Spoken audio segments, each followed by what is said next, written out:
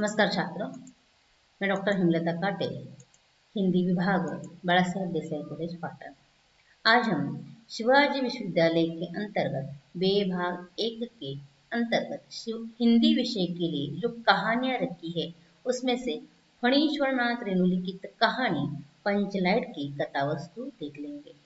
पंचलाइट यानी पेट्रोमैक्स, इस कहानी की कथावस्तु क्या बताती है, क्या है, ये देखने से पहले कहानी के पात्रों के बारे में जानकारी लेना बहुत आवश्यक है। अतः सबसे पहले पंचलाइट कहानी के पात्र। पहला पात्र है मुनरी, दूसरा पात्र है गोधन, कनेली, गुलरी काकी। मुनरी कनेली उसकी सहेली है, गुलरी काकी उसकी माँ है और गोधन उसका प्रियकर है।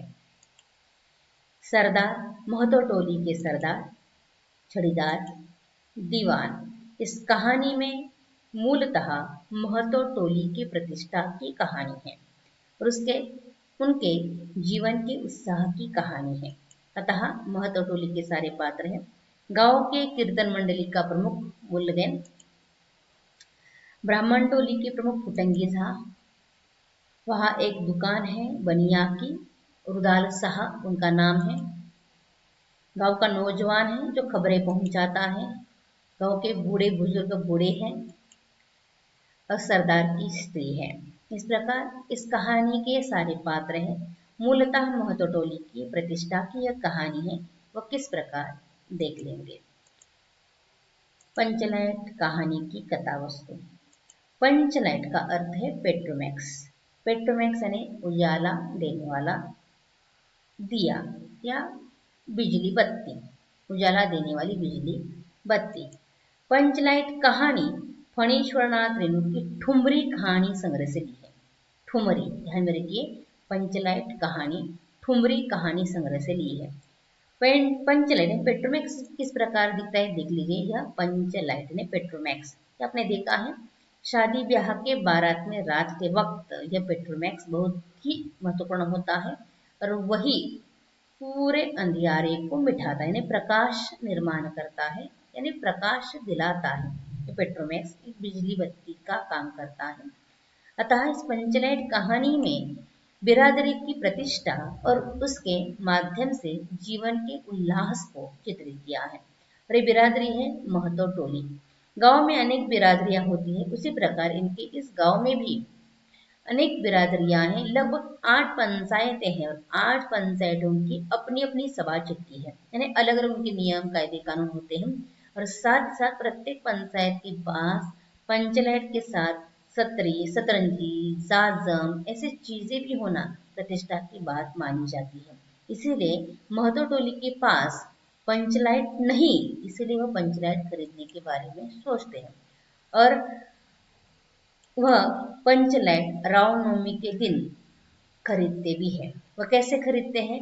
दंड जुर्माने के जो पैसे इकट्ठा होते हैं उसमें से वो पंचलाइट खरीदते हैं रामनवमी के दिन।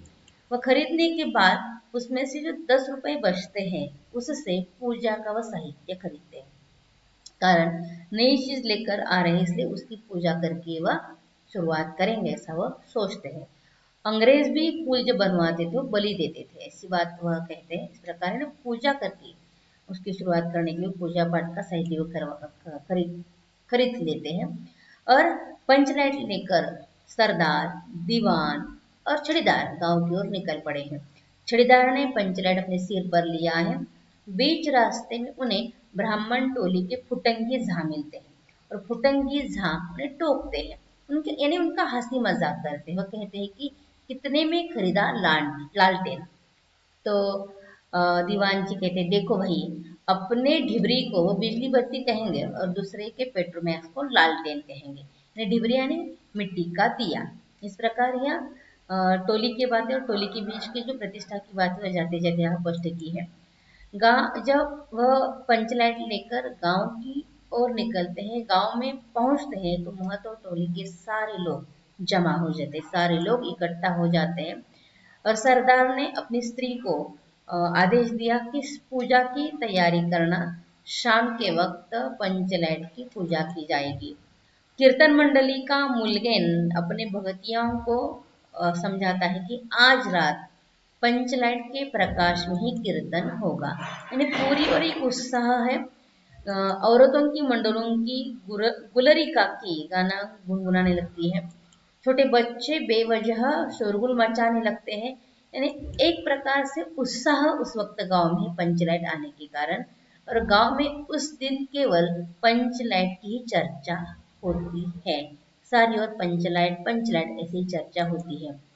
अंधेरा होने से पहले सारे लोग सरदार के घर के सामने इकट्ठा होते हैं। पूजा की पूरी तैयारी हो गई है। जलाने के लिए घासलेट लेकर रुदल साहब बनिए की दुकान से किरासन भी लेकर आए हैं, और इसी बीच सारे लोग इकट्ठा हो गए हैं। इसी बीच दीवान, सरदार और छड़ीदार किस प्रकार पंचलाइट 5 रुपए में खरीद कर लेकर आए हैं, इसकी कहानी में बताते हैं।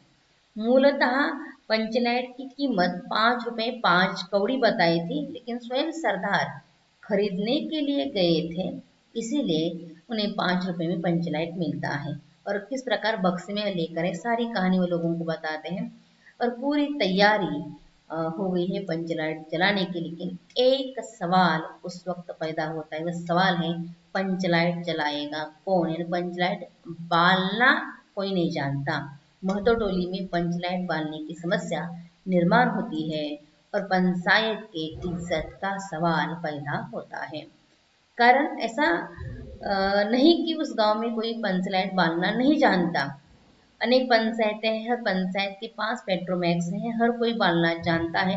लेकिन पहले ही चीज लेकर आए हैं, और उसकी पूजा में किसी और टोली के व्यक्ति को बुलाना यानी अपनी इज्जत को गंवाना, ऐसे महतो टोली के लोग सोचते हैं। इसलिए अच्छा है कि पंचलाइट नहीं जलाएंगे। तब जब पंचलाइट नहीं जलता, तब देखते देखते ये खबर गांव में फैलती है, और वो किस प्रकार हंसी के माध्यम बन गए हैं, इसकी खबरें धीरे धीरे आने लगती है। नौजवान बताता है कि राजपूत टोली के लोग किस प्रकार हंस रहे हैं, और वो कह रहे हैं कि पंचलाइट के सामने उठक बैठक लगाओ तो पंचलाइट जलेगा। तो बूढ़ा बताता है कि ये रुदल साहू भी बड़ा बड़ा ही बतंगड़ आदमी है, कह रहा है कि पंपो जरा धीरे से चलाना। यानी इस प्रकार से लोग हंस रहे हैं, पंचलाइट नहीं जल रहा। इसलिए एक आदमी धीरे से कहता है कि कल कब्जे वाली चीजों की ऐसे ही नखरे होते हैं।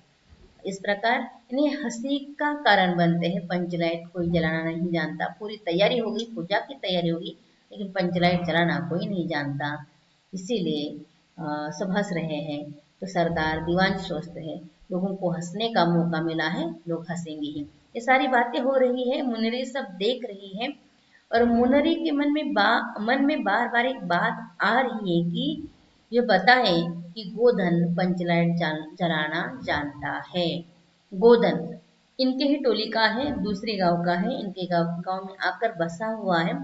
लेकिन गोधन के खिलाफ गुलरी काकी ने पंचायतों को तकरार की थी कि गोधन उसकी बेटी की तरफ, मुनरी की तरफ देखकर हम तुमसे मोहब्बत करके है सनम गीत गाता है, हम तुमसे मोहब्बत करके है सनम गीत गाता है। इसलिए पंचायतों ने उसे बिरादरी के बाहर निकाला था, 10 रुपए जुर्माना न भरने के कारण। अब गो मुनरी यह बात कैसे बताए? गोधन जानता है पंचलाइट बालना, इसलिए यह बात वो अपनी सहेली कनेली को बताती है, और कनेली लोगों को बताती है। तब पहले दीवान जी जाते हैं, लेकिन गोधन तैयार नहीं होता। वह कहता है कि अगर कोई बात बिगड़ गई और पुनः उन्हें दंड जुर्माना भरने के लिए कहा गया तो वह नहीं आएगा। तब गुलरी काकी स्वयं जाती है और गोधन को मनाकर लेकर आती है। गोधन आता है, और गोधन के द्वारा पंचलाइट जलाया जाता है। उस वक्त थोड़ी समस्या निर्माण होती है, क्योंकि वह पहले स्पिरिट मांगता है। स्पिरिट स्पिरिट क्या होता है ये लोगों को पता नहीं है, इसलिए पुनः समस्या है। फिर भी गोधन थोड़ा किरासिन या घासलेट लेकर आने के लिए कहता है। मुनरी लेकर आती है। वह एक और उस पर फूंक मारता है, दूसरी ओर वह चाबी लगाता है, और ऐसे ऐसे धीरे धीरे जो उस पंचलाइट में रेशमी कपड़ा है जलने लगता है, उससे प्रकाश आने लगता है, और एक प्रकार से जोर जोर से टिनटिनाती आवाज उस पंचलाइट से आती है, और पंचलाइट प्रकाशित हो उठता है और पंचलाइट जलता है।